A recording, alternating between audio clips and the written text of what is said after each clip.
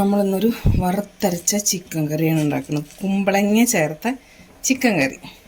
അപ്പോൾ അതിന് വേണ്ടിയിട്ട് നാളികേരം വറുക്കാനായിട്ട് ഒരു 3 ടേബിൾ സ്പൂൺ നാളികേരം, കുറച്ച് വെളുത്തുള്ളി, 2 ഒരു കഷ്ണം ഇഞ്ചി ചെറുതാക്കി അരിഞ്ഞിട്ടുണ്ട്, 3 പച്ചമുളക്, 2-3 മറ്റേ കാശ്മീരി ചില്ലി, കുറച്ച് ചെറിയുള്ളി, പെരിഞ്ജീരകം, ഒരു 1.5 സ്പൂണ് മല്ലി ആണ് ഇട്ടിട്ടുള്ളത് കേട്ടോ. അപ്പോൾ അതൊന്ന് വറുത്തെടുക്കാം. മുളക് പൊടി ഇനി നമ്മൾ വേറെ ചേർക്കും. ഇത് കളറിന് വേണ്ടിയിട്ട് മാത്രം ഒരു 3 കാശ്മീരി ചില്ലി ചേർത്തതാണ്. അതായത് കുറച്ച് കറിവേപ്പില എടുത്തേ, നന്നായി വറുത്തെടുക്കട്ടെ. വെളിച്ചെണ്ണ ഒഴിച്ചിട്ടില്ല ഇതുവരെ. അത് കുറച്ച് കഴിഞ്ഞിട്ട് 1 സ്പൂൺ ഒഴിക്കാം.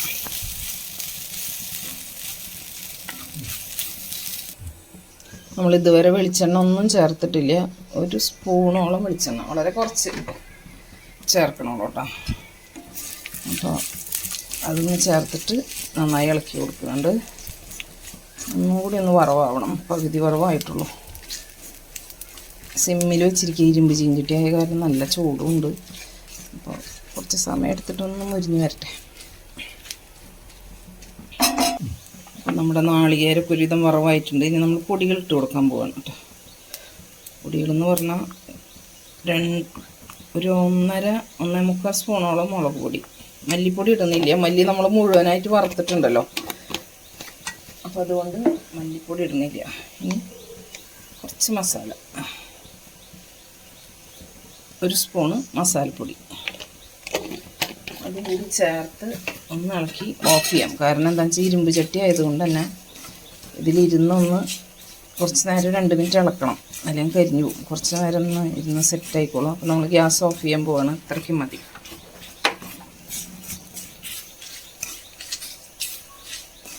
ചൂടാറുമ്പോൾ പൊടിച്ചെടുക്കാം. ബാക്കിയുള്ള മൂപ്പ് ഇതിലിരുന്നിട്ടാവും എന്തായാലും, ചട്ടിയിലിരുന്നിട്ട്.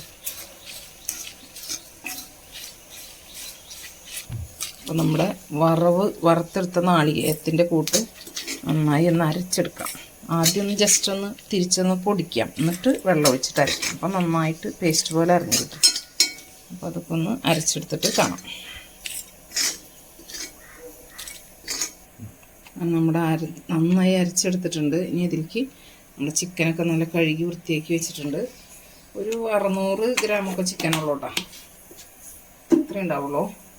അതിലേക്ക് 2 സബോള അരിഞ്ഞതും, 2-3 പച്ചമുളക്, പിന്നെ മഞ്ഞൾപ്പൊടി ഇട്ടു,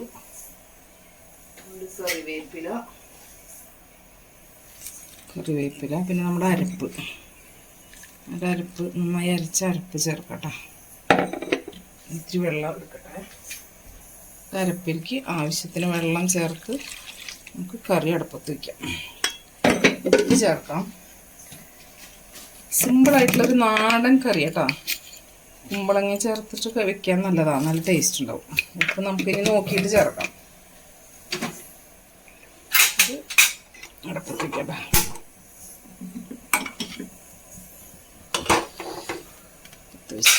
ഒന്ന് കൈ കൊണ്ടൊന്ന് തിരുമ്പി കൊടുക്കാം. ഒരു തക്കാളി ചേർക്കും. കറി ഒന്ന് തിളച്ച് വന്നതിന് ശേഷം നമുക്കൊരു തക്കാളി ചേർത്ത് കൊടുക്കാം. പിന്നെ കുമ്പളങ്ങയൊക്കെ ചേർക്കാം പകുതി വേവായതിന് ശേഷം.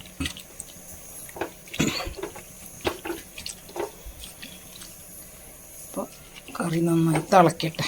തിളയ്ക്കുമ്പോൾ കുറച്ചും കൂടി ഒരു വെള്ളം വരുമല്ലോ അതിന്. നന്നായി തിളച്ച് വരട്ടെ. നമ്മുടെ ചിക്കൻ പകുതി വേവായിട്ടുണ്ട്. അപ്പോൾ നമുക്ക് കുമ്പളങ്ങ കഷ്ണങ്ങൾ ഇട്ട് കൊടുക്കാം കേട്ടോ. കുമ്പളങ്ങ കുറച്ചും കൂടി വലുതാക്കി ഇടാൻ ഇഷ്ടമുള്ള ആൾക്കാർക്ക് വലുതാക്കി ഇടാം. നമ്മൾ കുറച്ച് ചെറുതാക്കിയിട്ട് തന്നെ ഇട്ടിരിക്കണം. ചിക്കനും ഒരുപാട് വലുതല്ല ഇട്ടേക്കണം, മുറിച്ചേക്കണത്. അപ്പോൾ ഒരു തക്കാളി ഇട്ട് കൊടുക്കാം.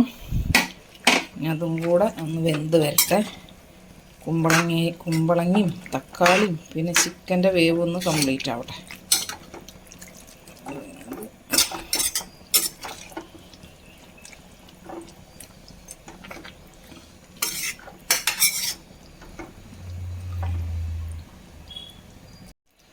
നമ്മുടെ കുമ്പളങ്ങയൊക്കെ ഒരുവിധം വേവായിട്ടുണ്ട് കണ്ടോ.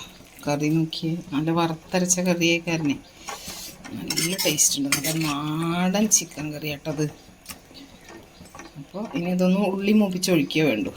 അത്യാവശ്യം ഗ്രേവി കട്ടിയുണ്ട് നല്ല. ഉള്ളി മൂപ്പിച്ചൊഴിക്കാം.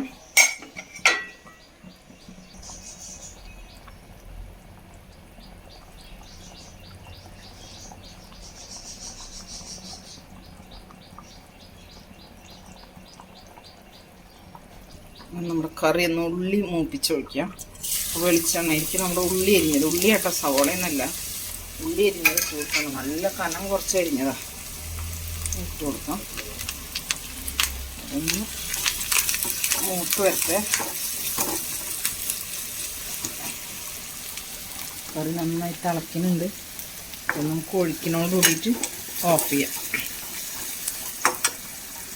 നല്ല എണ്ണ തെളിഞ്ഞ് നിന്ന് നല്ല ടേസ്റ്റ് ഉണ്ട് കേട്ടോ കറി.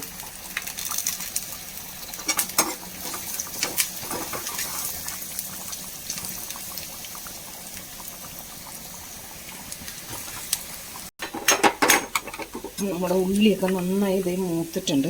നമുക്കിത് കറിയിലേക്ക് ചേർത്ത് കൊടുക്കാം. നമ്മുടെ വറുത്തരച്ച ചിക്കൻ കറി ഇവിടെ റെഡി. ഗ്യാസ് ഓഫ് ചെയ്യാം. നല്ല ടേസ്റ്റി ആയിട്ടുള്ള കുമ്പളങ്ങ ചിക്കൻ കറി. ചാറൊന്നും കൂടി ഇരുന്ന് കുറുകും, ഇരുന്നിട്ട് ചൂടാറുമ്പോൾ ഒന്നും കൂടി കട്ടിയാവും.